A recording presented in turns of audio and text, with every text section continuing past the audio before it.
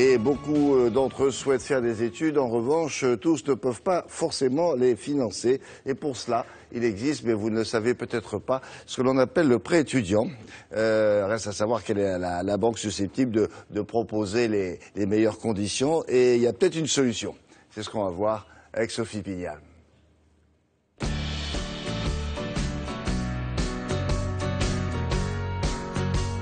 Comme de nombreux étudiants, Cédric a dû recourir à un prêt pour financer ses études. Et sa difficulté a été de s'y retrouver parmi la multitude d'offres proposées par les banques. Je suis actuellement étudiant au sein d'Epitech, qui est une école qui forme au master dans l'expertise informatique. C'est une école privée, j'avais besoin de trouver un financement. Un ami m'a orienté vers ce site web. J'ai rempli directement une fiche de demande en lien sur le site. Et j'ai été ensuite contacté par une banque. Le créateur du site, c'est Christian Camaillou. Lui-même s'est retrouvé il y a une dizaine d'années confronté au problème du financement de ses études. Il y a près de 2,5 millions d'étudiants en France qui s'inscrivent chaque année dans l'enseignement supérieur.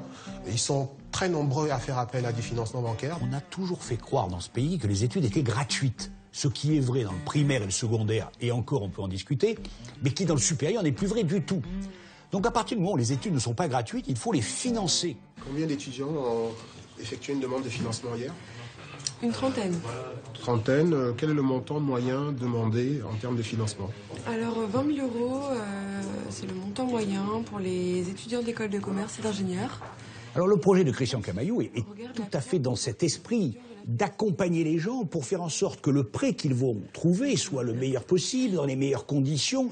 Donc ce que fait Christian est tout à fait utile et j'allais dire socialement utile à côté de l'aspect économique. Le mécanisme est simple, donc l'étudiant dépose sa demande sur le site. Ensuite, nous analysons sa demande, nous interrogeons simultanément l'ensemble des banques et nous revenons vers l'étudiant avec la meilleure offre possible. Le service est gratuit pour les étudiants. Je suis entièrement satisfait de mon prêt. C'est un prêt sur 9 ans, sur une base de 35 000 € et un versement de 400 € par mois.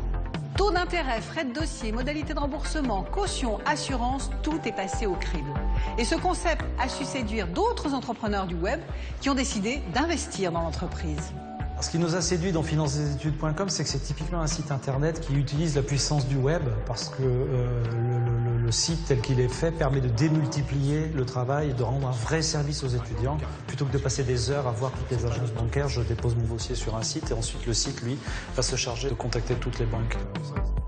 J'ai décidé de réinvestir mon argent dans de jeunes entreprises. On reçoit 1500 dossiers par an de jeunes entreprises qui nous présentent un projet. On ne peut pas tous les faire, mais on les trie, on les regarde, on rencontre les fondateurs et on essaie de se faire à peu près une trentaine de dossiers par an dans lesquels on investit et qu'on aide. Une idée simple, une compétence et surtout beaucoup d'énergie, c'est ce qui a permis à Christian Camaillou de créer son entreprise. Une entreprise qui semble promise à un bel avenir.